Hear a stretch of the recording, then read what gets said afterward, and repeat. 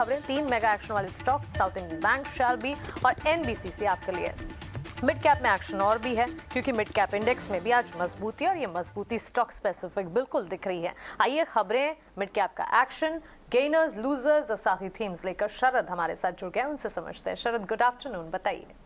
Good afternoon Mansi. तो overall आपने ठीक कहा, ब्रॉडर इंडिसेस जो है आउट परफॉर्म कर रहे हैं आपके निफ्टी इंडेक्स को। अब देखा जाए तो लगभग 2 शेयर्स जो हैं गेन करे तो 1 शेयर जो है लूज आउट करे आपके ब्रॉडर इंडिसेस में। इंडियन विक्स भी डाउन है। निफ्टी मिड कैप जो है 4 दिन की जो लूजिंग सेशन है उसको भी स्नैप की है। सेक्टर स्पेसिफिक बात करें तो Nifty metal index top gainer है, लेकिन कौन से मिड कैप गेनर्स है उस पर फोकस करते हैं। यहाँ पे Uno Minda, bank of India और जेएमआर एयरपोर्ट जैसे स्टॉक्स में एक अच्छी तेज़ी देखने मिल रही है और अच्छी बाइंग भी है।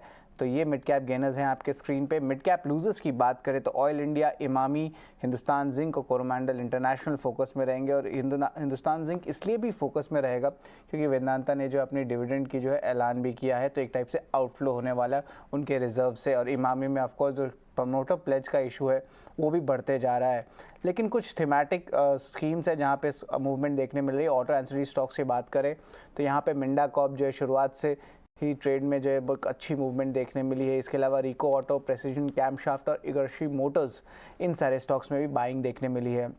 इसके अलावा केमिकल पैक में भी जो एक अच्छा बाइंग देखने मिला है, जो इंक्लूड करती हैं आरती इंडस्ट्रीज, फिनोटेक्स केमिकल जैसे स्टॉक्स जो है, जहाँ पे एक अच्छी वॉल्यूम बाइंग भी देखने मिल रही है। ओके, तो चलिए यहाँ पर थीमेटिक स्टॉक्स, थीम्स कौन से हैं ये तो आपने जाने, लेकिन शरद फिर खबरें भी हैं कुछ तमाम जिस पर हमें नजर रखनी चाहिए। जी बिल्कुल, ग्रैनुअल्स इंडिया जो है ऑफ कोर्स फोकस में रहने वाला है और इनको जो है अप्रूवल्स आ रही हैं यूएस से, एफडीए द्वारा। और इसके अलावा उनके प्लांट्स भी खुल रहे हैं कुछ यूएस में, तो उसके कारण जो है इस स्टॉक में जो है आप देख सकते हैं थोड़ी सी जो है तेज़ी भी आई है। ऑफ कोर्स एक अच्छी रिकवरी भी दिन के ट्रेड में देखने मिली है। तो ये एक इंपॉर्टेंट जो है न्यूज़ फ्लो है जो आज दिन के ट्रेड में हमारे फोकस में रहेगा। ओके, तो चलिए न्यूज़ फ्लो के लिहाज से ग्रैन्यूल्स इंडिया ऐड किया है शरद ने, शैलबी, साउथ इंडियन बैंक और एनबीसीसी की बात हमने मिड कैप मेगा एक्शन में की। तो ये सारी खबरें, शरद शुक्रिया ये सारी डिटेल्स हम तक पहुंचाने के लिए।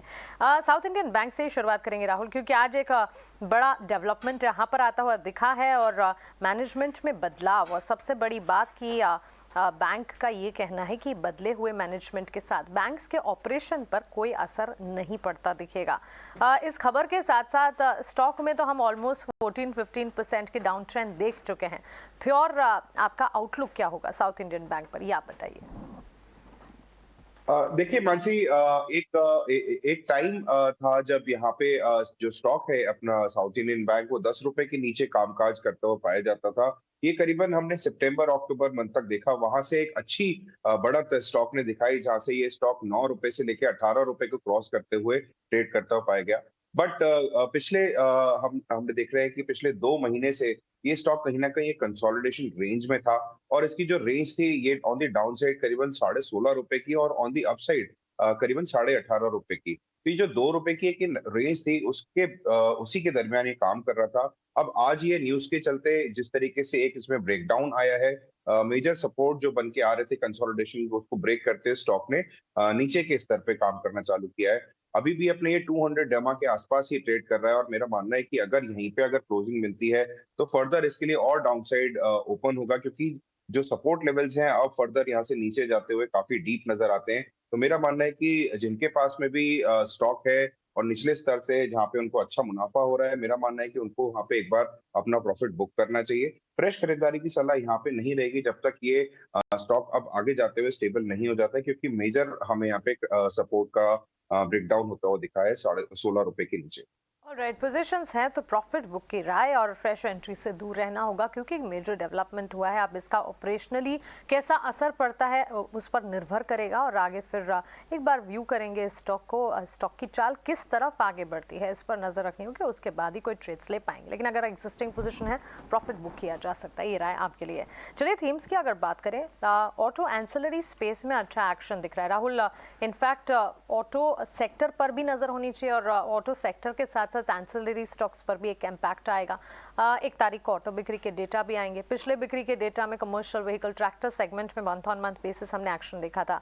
अब मिड कैप कैटेगरी में देखेंगे प्रेसिजन कैमशाफ्ट, रिको ऑटो, इगाशी मोटर जैसे स्टॉक्स हैं जो कि आज अच्छा अपमूव दिखा रहे हैं। मिंडा कॉप में देखिए करीब 5% तक की तेजी देखी जा चुकी है। एंसिलरी स्पेस, बेयरिंग स्पेस या फिर ऑटो स्पेस से कोई पर्टिकुलर पिक अगर आप सुझाना चाहें। जी डेफिनेटली मानसी, और देखिए आज जिस तरीके से के ऑटो में सेटअप बना है, ऑलमोस्ट आप देख सकते हैं कि करीबन 1% की यहाँ पे आप इंडेक्स प्राइस आपको चाल नजर आ रही है। पर जिस तरीके से ओवरऑल अभी तक हमने ऑटोज में काम होता हुआ देखा है, वहां पे कहीं ना कहीं प्रेशर बिल्टअप होते हुए देखा है। जैसे कि फरवरी महीने के जब आंकड़े आए थे, तब वहां पे भी एक छोटा मंथ होने के कारण थोड़े से डिसअपॉइंटमेंट था, बट फर्दर भी ऑटो पर्टिकुलरली में उतना अभी तक रुझान मार्केट का नहीं बन पाया। डेफिनेटली ऑटो एंसिलरीज के जो काउंटर हैं, जैसे आपने मिंडा कॉर्प के बारे में बात किया, वहां पे काफी अच्छे डेवलपमेंट होते हुए दिखे हैं। स्टॉक काफी ज्यादा वॉलेटाइल भी रहे हैं। ऑन द डाउन साइड अगर मैं मिंडा कॉर्प की बात करूं, तो वहां पे 190 के आसपास स्टॉक ने बहुत ही अच्छी तरीके से अपना एक सपोर्ट बनाया है और उसको ब्रीच नहीं किया था, जबकि मार्केट में काफी ज्यादा प्रेशर अपसाइड डेवलप हो गया था। अब मिंडा कॉर्प को अगर देखें तो यहाँ से मानसी, मुझे लगता है 220 रुपए तक जाने का इसका पोटेंशियल है। अगर उन लेवल्स को अगर ये क्रॉस कर पाए, तो यहाँ पे आपको एक बड़ी चाल भी आती हुई नजर आएगी, जो स्टॉक को करीबन 235 से 240 के लेवल्स तक ले जा सकती है। तो जिनके पास में भी मिंडा कॉर्प स्टॉक है, वो डेफिनेटली होल्ड आउट करें। और जो फ्रेश खरीदारी की जो अगर देख रहे हैं मौके, तो यहाँ पे भी एक इन्वेस्ट करने का अच्छा मौका है। ऑन द डाउन साइड अगर हम देखेंगे, अगर लंबा नजरिया अगर आप रखते हैं, तो 190 रुपए के स्टॉप लॉस के साथ में आप इसको लेके चल सकते हैं। ऑन द ऑफ साइड इसमें काफी बड़ा रूम अवेलेबल है। दूसरा, अगर हम इसी ऑटो एंसिलरी से देखें, तो वहां पे एक जेबीएम ऑटो जो स्टॉक है, ईवी के साथ में भी ये थीम में प्ले करता है और स्टॉक ने बहुत ही बढ़िया प्रदर्शन दिखाया है। मेरा मानना है कि जेबीएम ऑटो में भी अगर आप निवेश के अगर मौके देख रहे हैं, तो ये बहुत ही अच्छे टाइम है। करीबन 600 रुपए के स्टॉप लॉस के साथ में जेबीएम ऑटो में भी खरीदारी करी जा सकती है। इसमें भी ऑन दी अपसाइड मानसी, मुझे लगता है कि जहां ये स्टॉक करीबन 640 रुपए के स्तर को जैसे ही क्रॉस करेगा, तो यहाँ पे एक बड़ी तेजी आपको बनती हुई दिखेगी जेबीएम ऑटो के अंदर। एब्सोल्युटली। ऑटो एंसिलरी में मिंडा कॉर्प और जेबीएम ऑटो यहाँ से अच्छी मजबूती के पूरे आसार नजर आते हैं। और जेबीएम ऑटो तो अगर देखेंगे एंट्री पॉइंट बन भी रहे हैं, बिकवाली का दबाव इस स्टॉक में देख रहे हैं, लेकिन मिंडा कॉर्प में करंट लेवल्स पर भी, खरीदारी के स्तरों पर भी यहाँ से और ज़्यादा अपसाइड का पोटेंशियल राहुल को नजर आता है। और इसी के चलते अगर पॉसिबल लेवल्स पर ही मिल जाए, तो आप एक बार एंट्री पॉइंट यहाँ पर ज़रूर ढूंढ कर चल सकते हैं। रोड इंफ्रा, रेलवे इंफ्रा, ये सिविल कंस्ट्रक्शन स्पेस राहुल काफ़ी अच्छा प्ले आउट कर रहा है। अगर आप IRB infra, Hg infra, NCC, NBCC, ये सारे के सारे चार्ट्स देखेंगे, काफ़ी मजबूती दिखी है। रोड इंफ्रा ऑर्डर विंस के चलते एक पॉजिटिव ट्रिगर है। एनएचएआई ऑर्डर पाइपलाइन है जो कि काफ़ी ज़्यादा मजबूत है। एनबीसीसी से ही देखिए, सिडबी से करीब 146 करोड़ के ऑर्डर कंपनी को मिले हैं। ये एक थीम है जो बिल्टअप हो रहा है और इसमें एनबीसीसी भी एक एडिशन करता हुआ करीब 5.5% की तेजी।